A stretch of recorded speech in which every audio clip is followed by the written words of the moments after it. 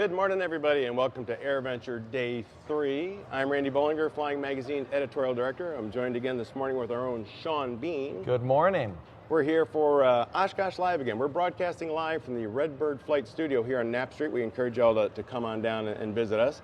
A little bit of a cool morning this morning, Sean, and we're going to talk about some things we're going to do today. But beautiful. I'm very curious how your very first day at Airventure went. You don't get to talk to somebody who's never been here before in aviation, but that's you. Absolutely. It was incredible. Obviously, being here with you, Oshkosh Live, powered by Redbird. You're tremendous at what you do. It's great to be sitting at the desk with you, learning from you. No. So it's really been a great couple days, but had really interesting stuff happen yesterday, some things that stood out to me. I want to give a shout out to my man, Tom. Tom is in operations and security here, and he saw me wandering around the grounds looking lost like a child at the mall and took pity on me and got me in a golf cart and got me where I needed to go. But Tom gave me the stat line for EAA Airventure 2024, which is 10,000 plus aircraft and 750,000 attendees, which makes Airventure Seattle, Charlotte, pick your mid-tier major metropolitan city, which is pretty incredible. So that was a great moment yesterday. I got to talk to Schmindy, who is Mindy Lindheim. She's an ambassador for Garmin, content creator, who's from Orlando, which is where I'm from, and our company has a big footprint. She invited me to go flying with her in Orlando, but she said, let's wait till later in the year when it's cooler, because her plane doesn't have air conditioning. Okay. So she could clearly see how soft I was as a person, and did not obviously want to put me up right in the middle of summer in Florida. So thank you to Mindy, great conversation yesterday. Check it out on yesterday's show if you didn't get to see it.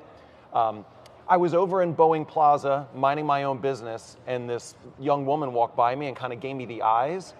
You know, we kind of had an exchange, and she walked by me, and I was like, oh, that was interesting. You know, it made me feel good. And then she walked back up again, and in a minute was like, where did you get that shirt? I love your shirt. Where can I buy it? And I was like, it's Oshkosh Live swag. It's just for the VIPs like me and Randy and our crew. But anyway, she was bummed, of course, because she couldn't get the awesome swag. Shout out to Lisa DeFries for getting us all of this cool stuff. But I was bummed because I'm not nearly as charming and attractive as I thought I was when I passed her in Boeing Plaza. So I don't know if that's the general consensus. That's a tough reality for many of us. Yes. Okay. But one other interesting nugget. So you mentioned how many people come through the gate throughout this week of Airventure. This is also, for this week, the world's busiest airport. More traffic, more takeoffs and landings than anywhere else. I mean, more than Charlotte or Hong Kong or O'Hare or anywhere, LAX. Really cool. So the air traffic controllers that keep everybody safe and organized, they're hand-selected. It's a pretty prestigious job. So you'll see people walking around in pink T-shirts, and they're the controllers that are here to work this week. Really an amazing crew. And we're going to try to get a controller on tomorrow just so we can hear it from a controller's perspective. Very cool. And obviously, there's the great content, great conversations that Randy here is leading with all kinds of experts from across the industry.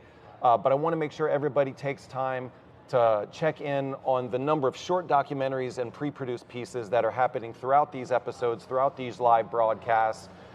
Pieces that have been produced by Sean Kirby, Mark Phelps, Mark Cook, shot and edited by John Whittle and South Turk. I mean, they are moving, they are compelling. I know you're going to tell us a little bit about the Poveresny House segment that's coming up. I'm going to turn that over to you, but stay with us. A lot of really awesome pre-produced stuff being added into the live stream. And then lastly, I just want to make a note that yesterday, one thing I noticed was this group of young kids right here in the Redbird booth in a simulation, doing a sim seminar, and there were probably 8 or 10 young kids, probably as young as probably 7 or 8 or 9. The teacher, who I guess is the head of STEM here at Redbird, was a fantastic teacher, super engaging. But there were some little kids, waist-high kids, who were answering some pretty complex questions, and I know how much youth means to this event and growing that segment.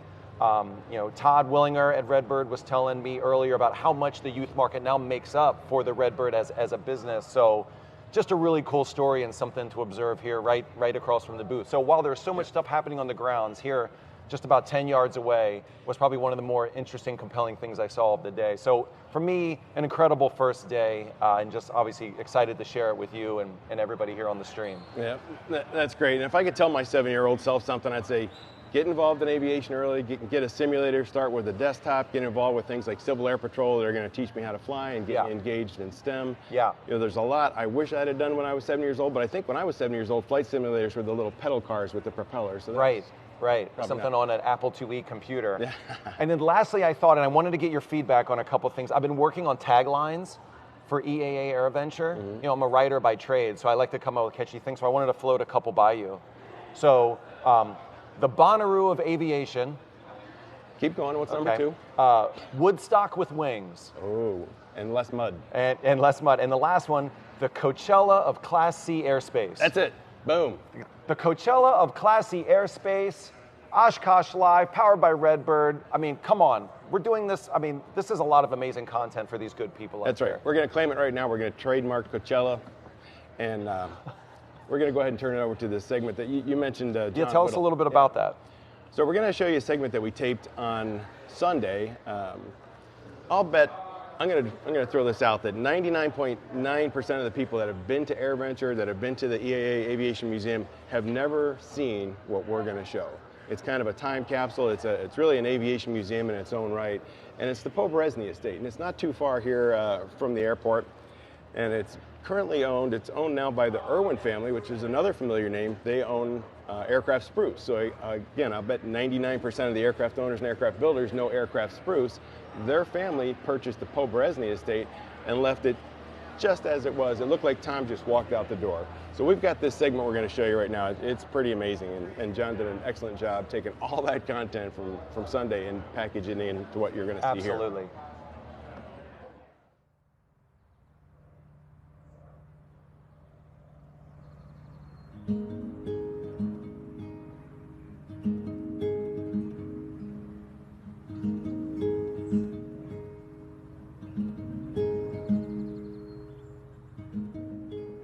Paul Poern was really a phenomenal guy. He had a great military aviation career. He grew up flying at an early age, had a great military career, and in the early 50s, he decided to start a club, down in the Milwaukee area. In 1953, he decided to call it the Experimental Aircraft Association, and he and his wife, Audrey, were really the only employees, the only people, kind of like my parents with Aircraft Spruce way back when. Over the years, it just grew and grew and grew and grew, due to a lot because of the guy he was, and he was an inspirational guy. He went to groups and spoke, and he encouraged people to get involved in this movement of building your own airplane.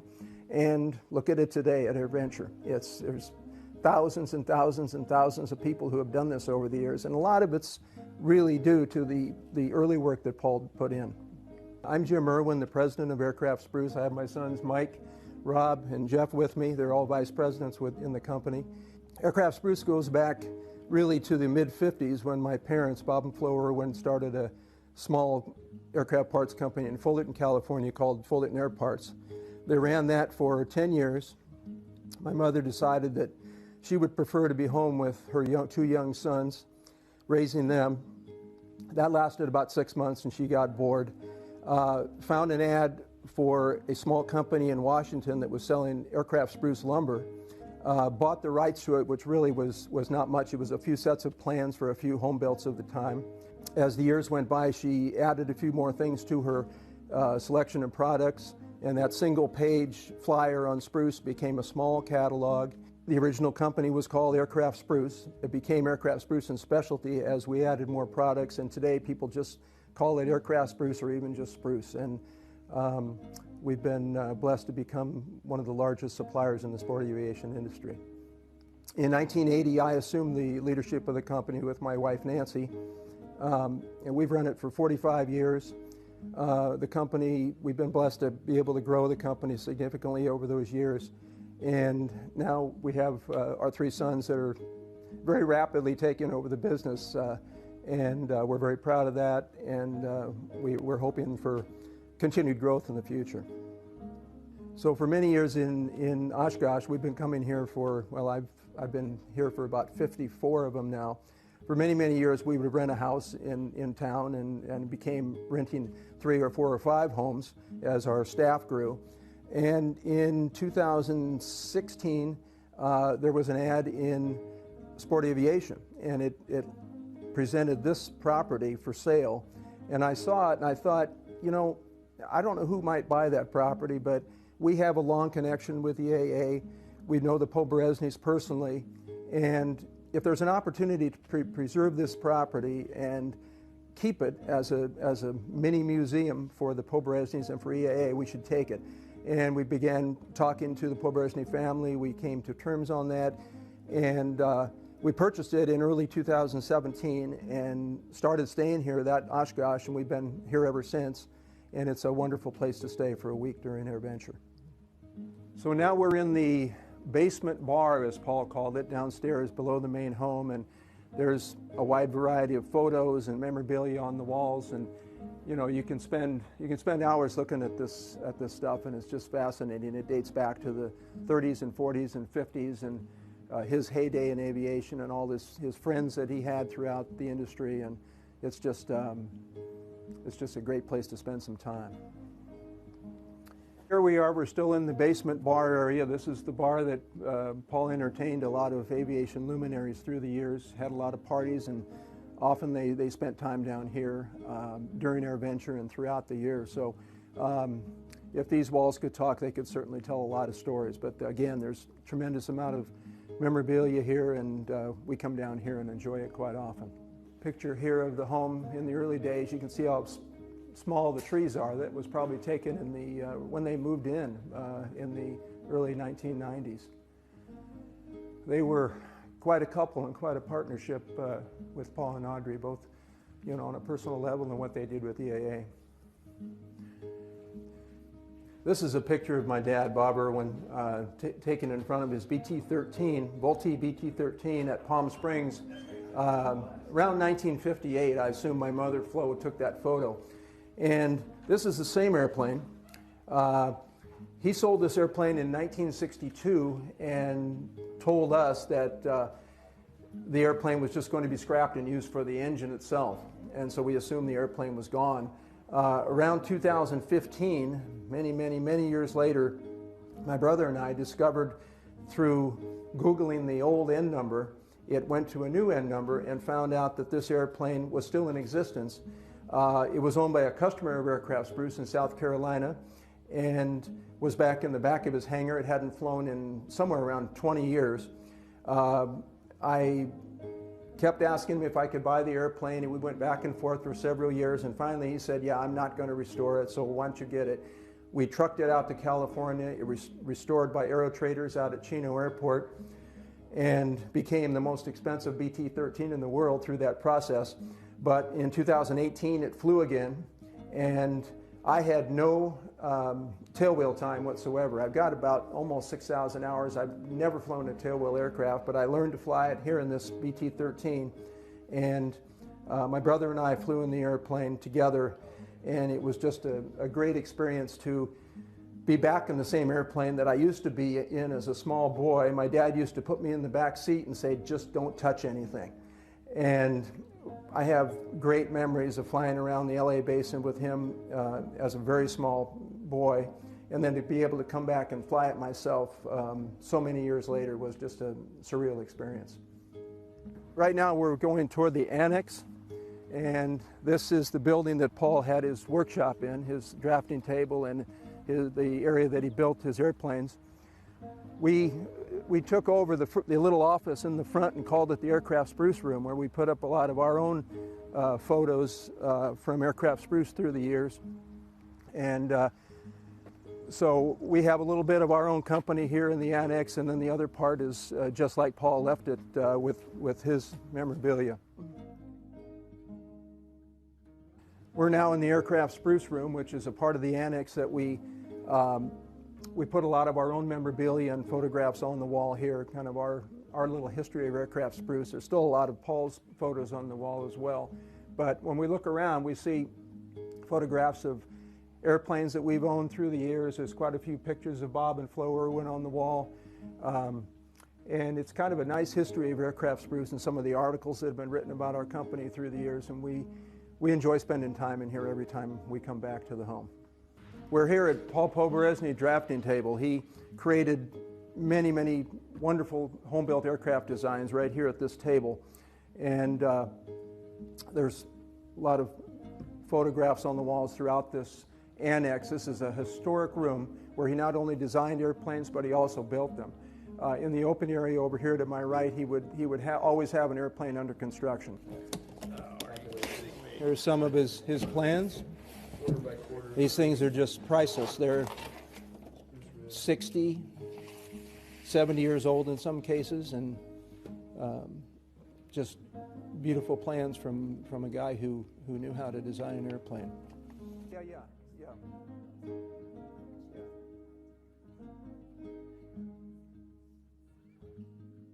So this is Paul's bar that is adjacent to the drafting table and the aircraft construction area.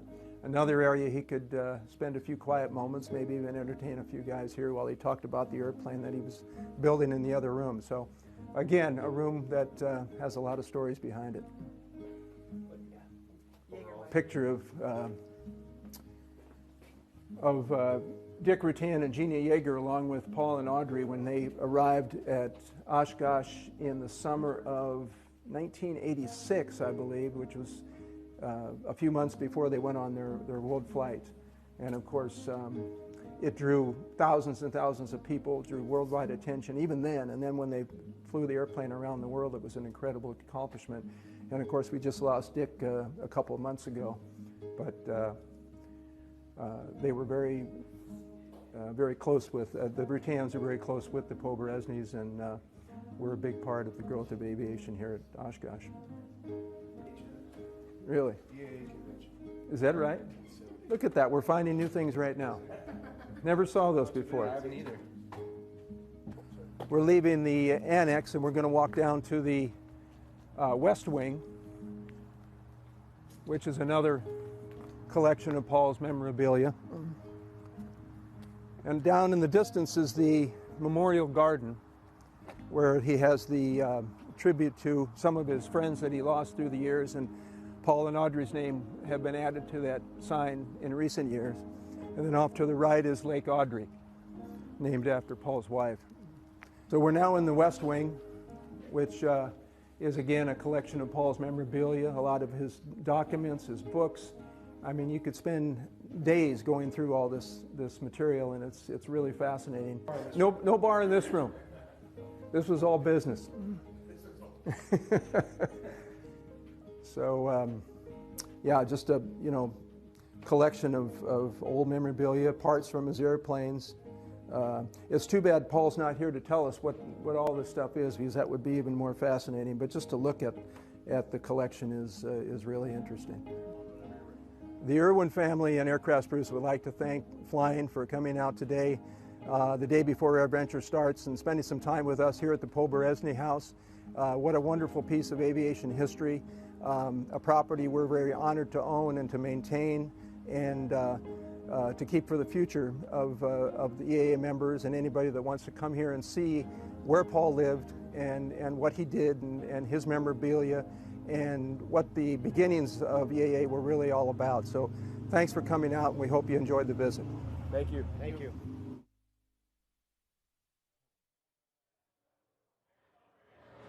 All right, welcome back to Oshkosh Live, everyone. We hope you really enjoyed that segment and getting a glimpse into the Poberezhny house, and kind of looks like you had a glimpse into EAA royalty being in the Poberezhny's house. So if you've missed any of that, or if you've missed any of Oshkosh Live or any of the pre-recorded segments about the EAA Aviation Museum, you can see that on any of the Flying Crown Media websites or the Flying Facebook page.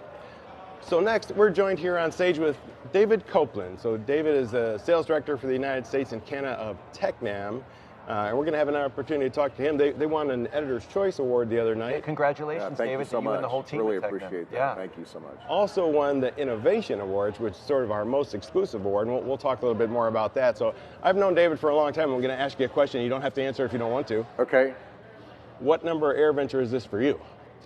Well, I pulled into AirVenture on Monday, and my son, who is celebrating his 21st year here, 14th year of volunteering, said, "Dad, do you know how many years you've been here?" And I said, "Well, I have a good idea. It's number 50." Oh my goodness. Yeah. It's amazing. Yeah, it is. Tell me, what are your memories of the first time, if you have them, of when you were first coming here? What are the? I was in a earliest wagon. I memories? remember that. Is that right? Pulling around. It was pretty bumpy.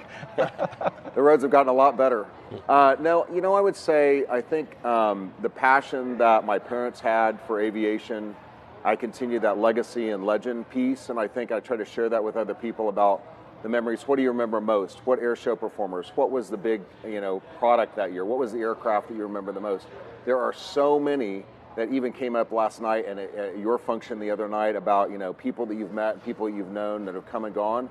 And I think that's what I really, share. I want to share that passion with other people in learning to fly and to continue this legacy. And that's what I've done with our family, and of course Mac, who really can't wait. He has to leave tonight to go to another function, but he's like so excited to be here this year. So I like to see that in young people, and also carry that what my parents brought to me so many years ago. That's great. 50 years, you've seen a lot of change. That's before it was even Airventure, probably. There were no hangars, there were no flush toilets. I mean, you've seen some really wonderful change at this amazing facility. It was pretty basic back then. We had the arch was actually the entry to the grounds, and I remember I was working at Cessna at that time, and at the time I remember tents and things like that. And the small little buildings, we thought that was the big deal, and it was now Beach and Cessna together, which is great. Yeah.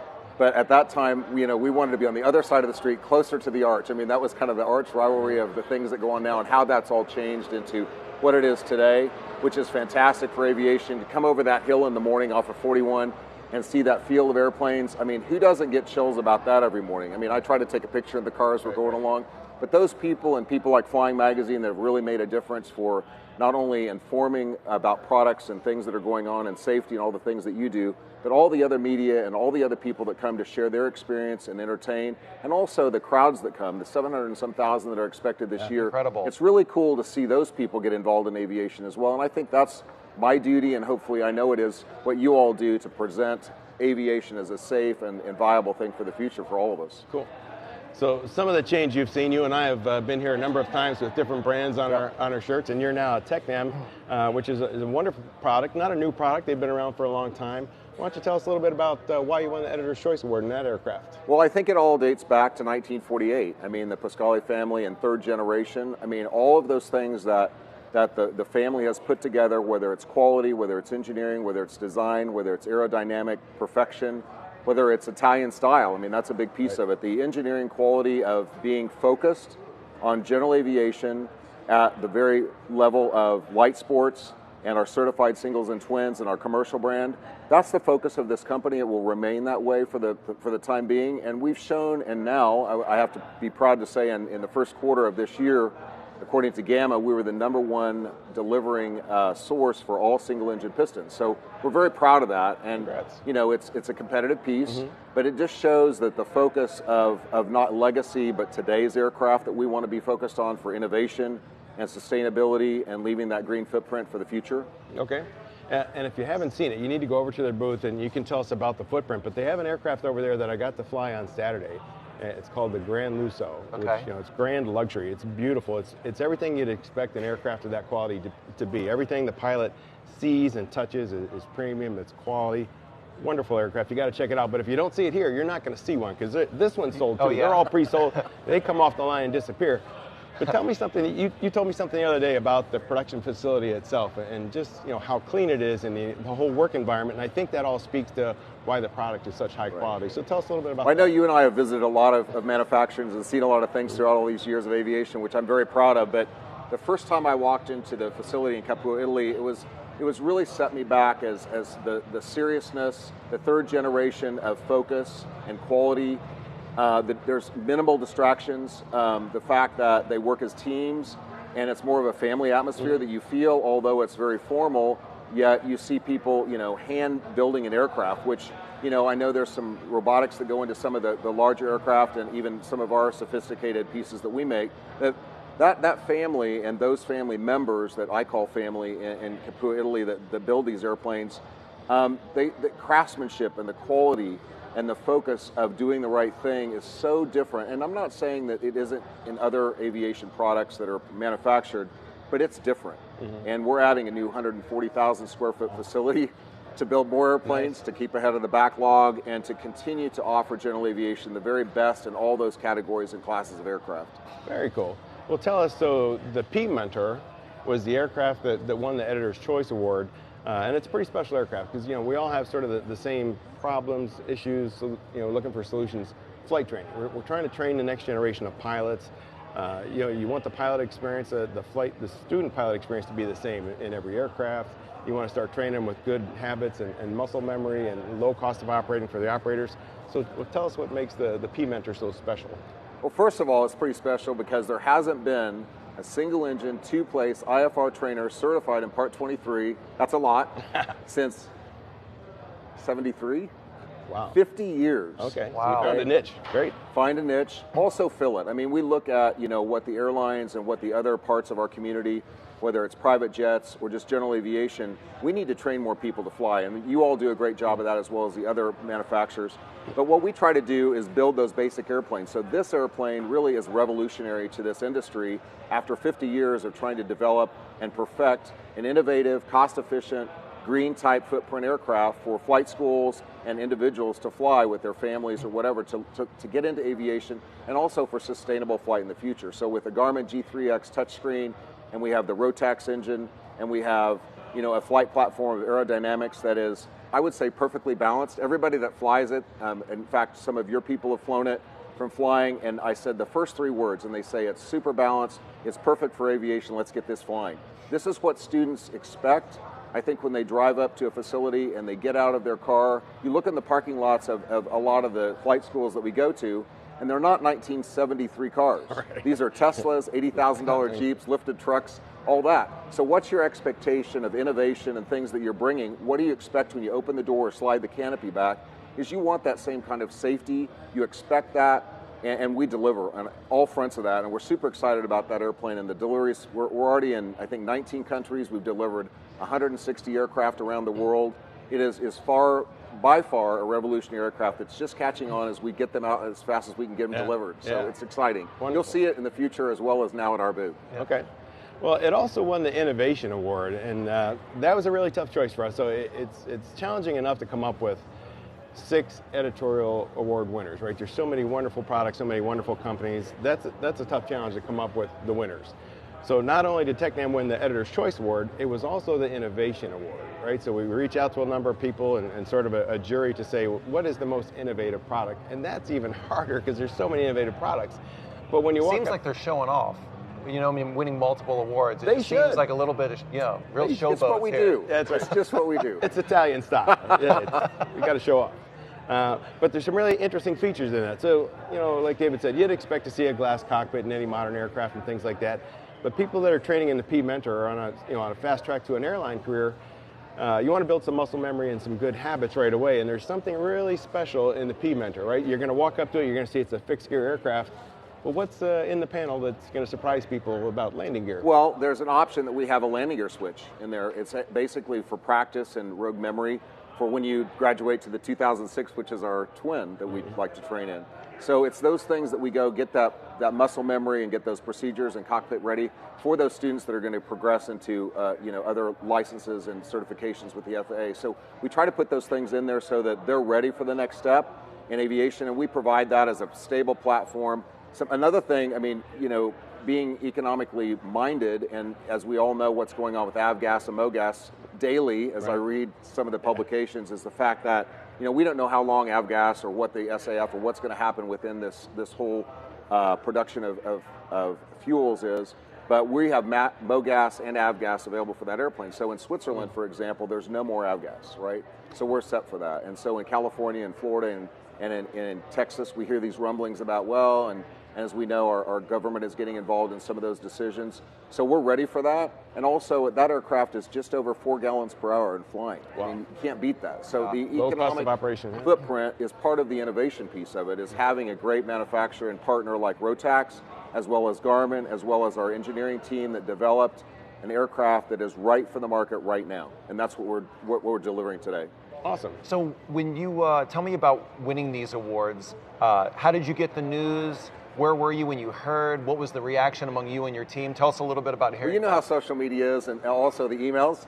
I was, it's a super honor. So first of all, thanks Flying Magazine, and thanks for everybody that voted for us. We really appreciate that from the bottom of our hearts. It's not really awards that, we appreciate those things. It's really looking out into the future of not looking at now and not looking in the past, but looking in the future of what we can get. And along the way, to get an innovation award is, of course, extremely exciting, and we really appreciate that. But the fact this really goes to all of the staff that's in both Florida and Australia, and also back at our factory, all the skilled workers that are there, our workforce, they really appreciate this as well, and it really goes out to everybody. Yeah, I'd actually heard, and this is true, that a past innovation winner actually slept with their trophy that night. They were so excited. That is true. I have insider information on this. So I don't know where you all keep your trophies and awards, but maybe they're locked up tight, and we did pass it around a little bit. It's cool. like the Stanley Cup. Yeah, it's kind of like the Super Bowl, right? It's awesome. And you had a special person here to receive the award. Who was that? Yes, Giovanni Pasquale, our managing director of the company, third generation. One thing that I think that sets us, and it's super that our team came over. We have 5 of them that came over from Italy, not only to accept the award, but really to talk to customers and prospects and leads, and to really canvas and talk to our partners that are here to help us build the aircraft, and also for the future, what we're looking into. People come to us a lot about, we want to be a part of your thing. So that's exciting in itself. After 76 years, they were like, we've made a pretty big impact this week. Yeah. But I think the other thing is that their focus and his leadership and his pilot skills and his family and their passion in flying every airplane and seeing that they're right. I mean, this isn't somebody that sits in a corner office and tries to look at reports. This person's down on the floor, on the field, in the aircraft, flying the aircraft. Their whole leadership team are pilots. And that really makes a difference in what we feel, what we think it should be before it's even talked about. So that's an exciting piece that I think Tecnam is unique in today's industry. We've seen it all change through the years, but I think that piece of it keeps it real and keeps the passion to focus on general aviation. Okay. Well, in our last 30 seconds, because you mentioned future, I'm going to ask you: is there anything you want to leak out or keep the any exclusive you want to give us here to boost our ratings? I don't think we can do that today. I value my job a lot. But no, I think, keep watching. We always come to the shows. Almost every show that we come to, we have a press conference today at 11, and we're going to talk about some of the innovations and things that we brought to the show and in the future a little bit. But we like to bring things real. We've looked at several programs, whether it's hybrid or all electric, and we like those to be real programs. We don't like 3D things appearing on the internet. We want to show that it's real and we can bring it to marketplace, or we will not offer it. So we usually bring it either certified or right on the cusp of certification, and we'll continue to do those things. Yeah. Well, congratulations again on your multiple awards. Thank you. That's a great honor. We got a great team, and we really appreciate Flying Magazine. That's for sure. Thanks for joining us, David. Really great. While you're here, you want to tell people where to find you on the field? You're just a little bit south of here, right? Yeah, we're on Celebration Way, just off Can't miss Celebration Way. Look for the Italian and the American flag. We're at 247. Please come see us. We'd love to see you. And thanks to everybody in general aviation for supporting us and keep flying. All right. Well, thanks for joining us today, David. Thank you, David. Have a great show. Thank you. It's great to be here. All right. Thank you. So what do we got next up here? We're going to do another one of our pre-recorded EAA segments. Yep. Rutans, when you're talking, we talked about Poe Beresny as EAA royalty. Sort of the Rutan brothers were too, and unfortunately, we continue to lose people in aviation. We lost a couple of astronauts within the last year. We also lost Dick Rutan. So we took the time to go through the EAA museum here and do a segment on the Rutans with a tribute to Dick. So let's go ahead and roll that.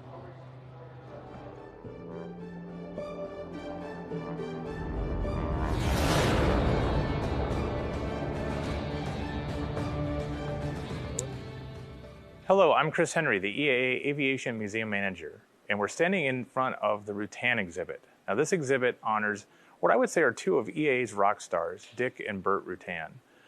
At a time in the 1970s where people were flying airplanes that were easily designed in the 30s and even 40s, the Rutans were designing new aircraft built for efficiency, speed, and range. The Voyager was the first airplane to fly around the world unrefueled. Many of you might remember that in the 1980s. Dick Rutan and Jeannie Yeager did that journey in the aircraft in very cramped quarters. One would have to lay down, try to get some sleep, partially in the back, but also their feet were sort of right up behind the pilot.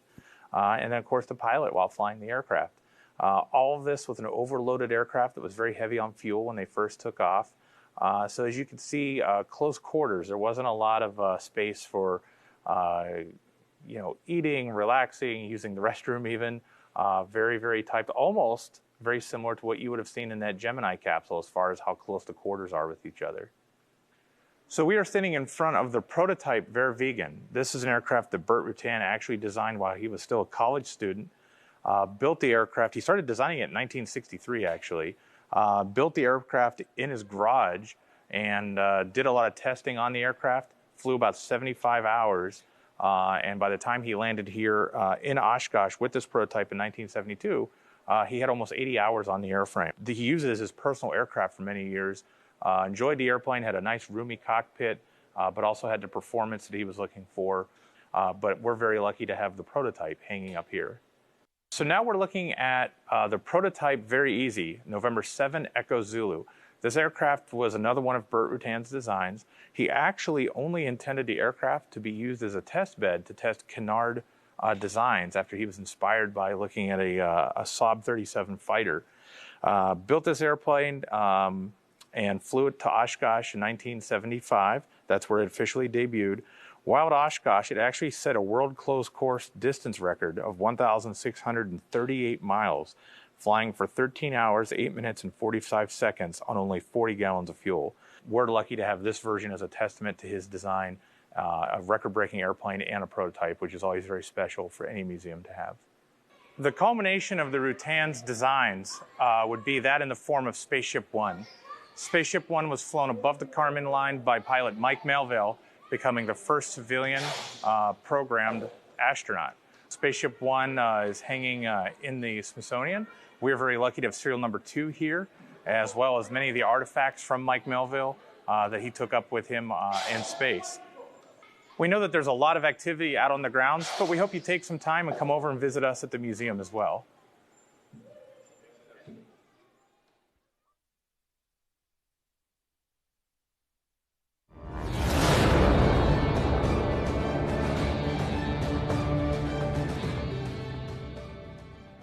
All right, thanks, and welcome back, everybody. Hope you enjoyed that video. Another great piece we've pre-produced for everybody that you can still see on Facebook and our websites after the fact. So I feel like this is a day to be surrounded by aviation royalty here. And our next guest, Sean D. Tucker, is a name probably that everyone knows. I mean, his list of accolades, and I'm going to embarrass you for a minute, so be patient. Deep breath. Let's go. Yeah, just enjoy the moment. You know, world champion. How often do you get to meet someone that's a world-class athlete, world champion, living legend of aviation, honorary Blue Angel, honorary Thunderbird? If there's an accolade out there, if there's a Hall of Fame out there, his name is in it, associated with it, or somehow connected with it. It's just amazing. And so I'm happy to be sort of a rose between two Seans here. But you had a pretty interesting press release. You want to tell us about something you're doing with the Bob Hoover Academy? Oh my goodness. You know, number one, this is the only place I want to be today, this morning, all through the week, is being here at EAA. It fills you up. Yeah. It fills you up with, I call it the Holy Spirit, because the people who come here, the aviators that come here, the people that want to be aviators, it's every single person here represents what's best to be an American. I mean, I love it. And yeah, we had a huge announcement yesterday. I mean, a huge announcement. It's been, I think, 12 to 14 years I started the Bob Hoover Academy. That long. Cool. And this is an outreach to my community. It's an agriculture community about 12 miles from the ocean in the Central California coast. The city's called Salinas, California. Mm-hmm. Unfortunately, we had the highest, equal to Chicago, per capita kid-on-kid murders in the United States of America, okay? Gangs of prevalence, actually the Norteños and the Serenos started in Soledad Prison, which is right in the middle of our valley. We got